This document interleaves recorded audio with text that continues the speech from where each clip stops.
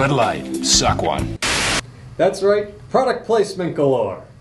Oh, and there's a football game hidden somewhere in there too.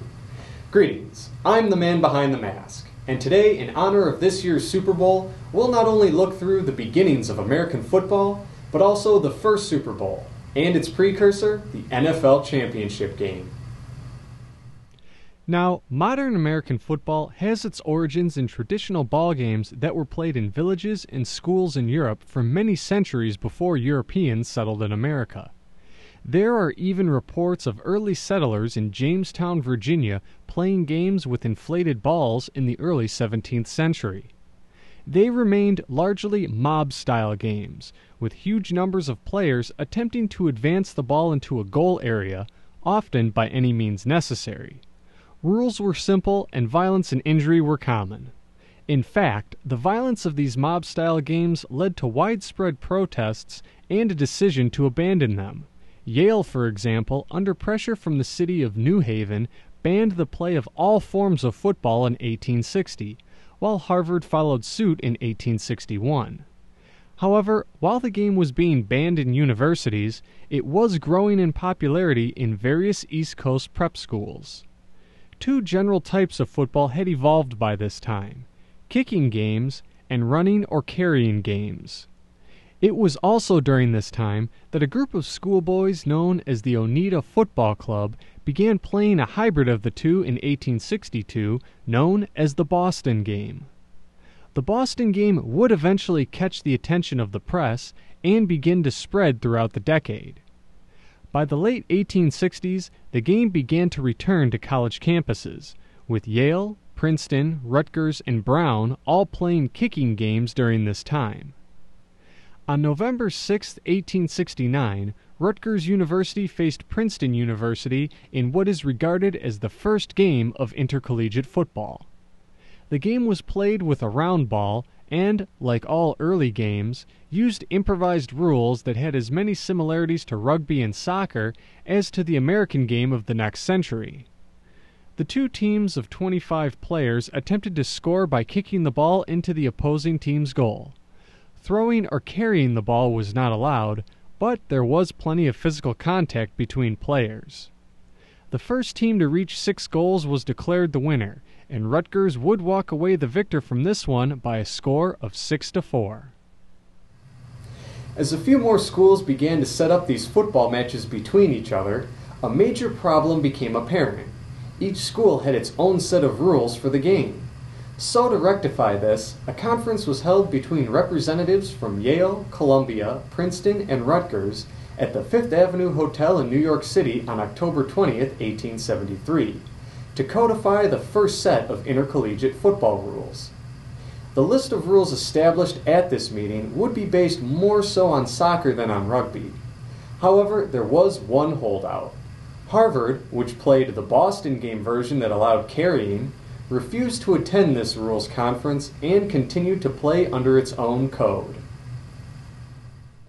While Harvard's voluntary absence from the meeting made it hard for them to schedule games against other American universities, it agreed to a 2-game challenge series against McGill University from Montreal. The McGill team traveled to Cambridge to meet Harvard, and on May 14, 1874, the first game, played under Boston rules with a round ball, was won by Harvard by a score of 3-0. However, the next day the two teams played under McGill rules with an oblong ball to a scoreless tie. Harvard quickly took a liking to the rugby game and its use of the try, the equivalent of today's touchdown, which, until that time, was not used in American football. A year and a half later, Yale would take to this rugby-style set of rules as well, after their 4-0 loss in the first edition of the annual Harvard-Yale contest known as The Game on November 13, 1875. Additionally, spectators from Princeton carried the game back home, where it also became popular. With the new set of rules spreading, representatives from Harvard, Yale, Princeton, and Columbia met on November 23, 1876 at the Massasoit House in Springfield, Massachusetts, to standardize a new code of rules based on the rugby game introduced by McGill University. The rules were based largely on the Rugby Football Union's code from England, though one important difference was the replacement of a kicked goal with a touchdown as the primary means of scoring.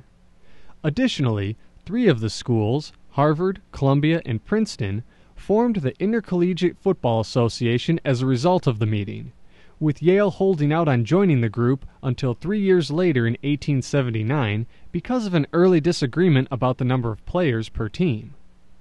This new association would continue these Massasoit House conventions each year in order to debate and change the rules of the game. It is also here that a man by the name of Walter Camp would make his mark on the sport.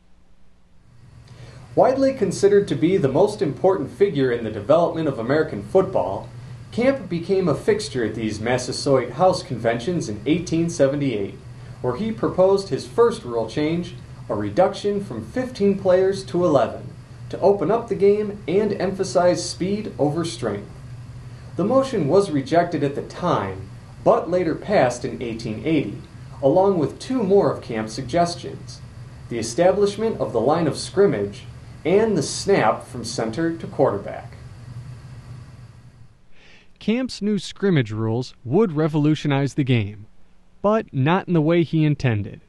Rather than increase scoring, which had been Camp's original intent, the new rule was exploited to maintain control of the ball for the entire game, resulting in slow, unexciting contests.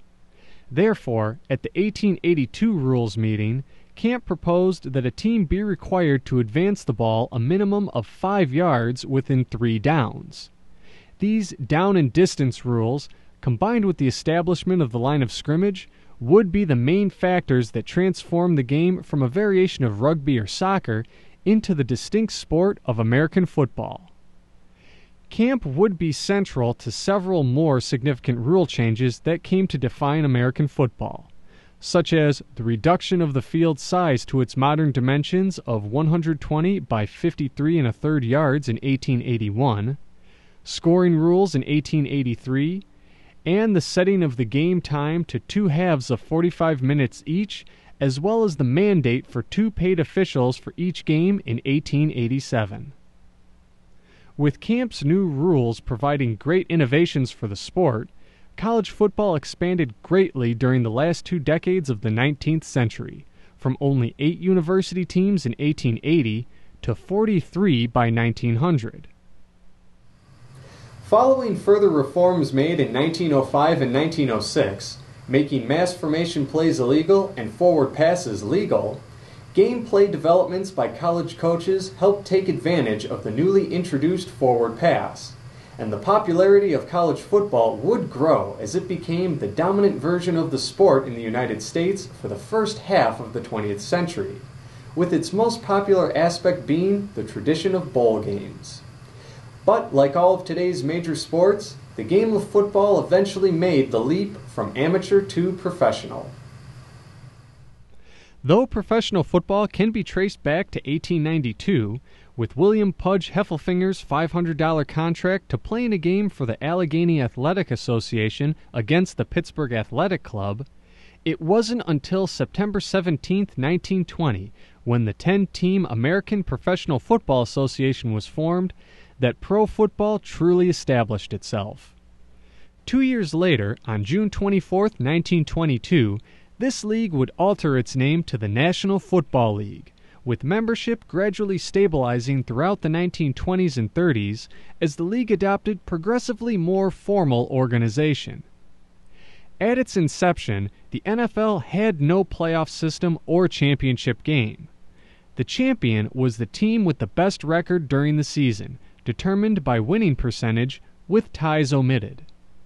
This sometimes led to very odd results, as teams played anywhere from 6 to 20 league games in a season, and not all teams played the same number of games or against league talent. As a result, in the league's first 6 seasons, 4 league titles were disputed and had to be resolved by the league's executive committee. But in the 1932 season, when the Portsmouth Spartans tied the Chicago Bears for the best regular season winning percentage, the league voted to hold the first official playoff game in Chicago at Wrigley Field to determine a champion. However, because of severe winter conditions before the game and fear of low turnout, the game was held indoors at Chicago Stadium on December 18, 1932, on a modified 80-yard dirt field, which forced some temporary rule changes, including the goalposts being moved from the end lines to the goal lines, the ball automatically moving back to the 20-yard line every time one team crossed midfield, and all plays starting with the ball on or between the hash marks. Both teams' defenses would dominate the first 3 quarters of the game. However, in the fourth quarter, the Bears' Carl Brumbaugh handed the ball off to Bronco Nagurski, who then threw it to Red Grange in the end zone for the first and only touchdown of the game. This score was hotly contested, though, as the rules at the time mandated that a forward pass had to be thrown from at least 5 yards behind the line of scrimmage, and the Spartans argued that Nagurski did not drop back 5 yards before passing to Grange. But despite this protest, the officials still ruled it a touchdown. The Bears would later sack Spartans quarterback Mule Wilson in his own end zone to earn a safety, and clinch a 9-0 victory over Portsmouth for the 1932 NFL Championship. The playoff game proved so popular that the league reorganized into 2 divisions for the 1933 season, with the winners advancing to a scheduled championship game. For the next 3 decades, this would be the way of things when determining the champion club of professional football, with not even the second and third incarnations of the American Football League that ran in the 30s and 40s, nor the All-American Football Conference that ran from 1946 to 1950 able to alter that trend. However, in 1960, the NFL would finally encounter its most serious competitor to date, when the 4th incarnation of the American Football League was established. The AFL would clash heavily with the NFL for both the acquisition of players and the attention of fans. But by the middle of the decade, the strain of competition eventually led to serious merger talks between the 2 leagues. Prior to the 1966 season, a merger agreement was reached between the 2 leagues and set to take effect in the 1970 season. As a part of the merger, the champions of the 2 leagues agreed to meet in a World Championship game for professional American football until the merger was effected. And so, on January 15, 1967, the NFL's Green Bay Packers and the AFL's Kansas City Chiefs met at the Los Angeles Memorial Coliseum for what was billed as the first World Championship game, AFL versus NFL. Because many fans and members of the media believed the NFL vastly superior to the AFL, this game was expected to be a blowout in favor of Green Bay. However, the Chiefs shocked many in the first half as they not only outgained the Packers in total yards, 181 to 164, but also only trailed by 4 points with the score holding at 14-10.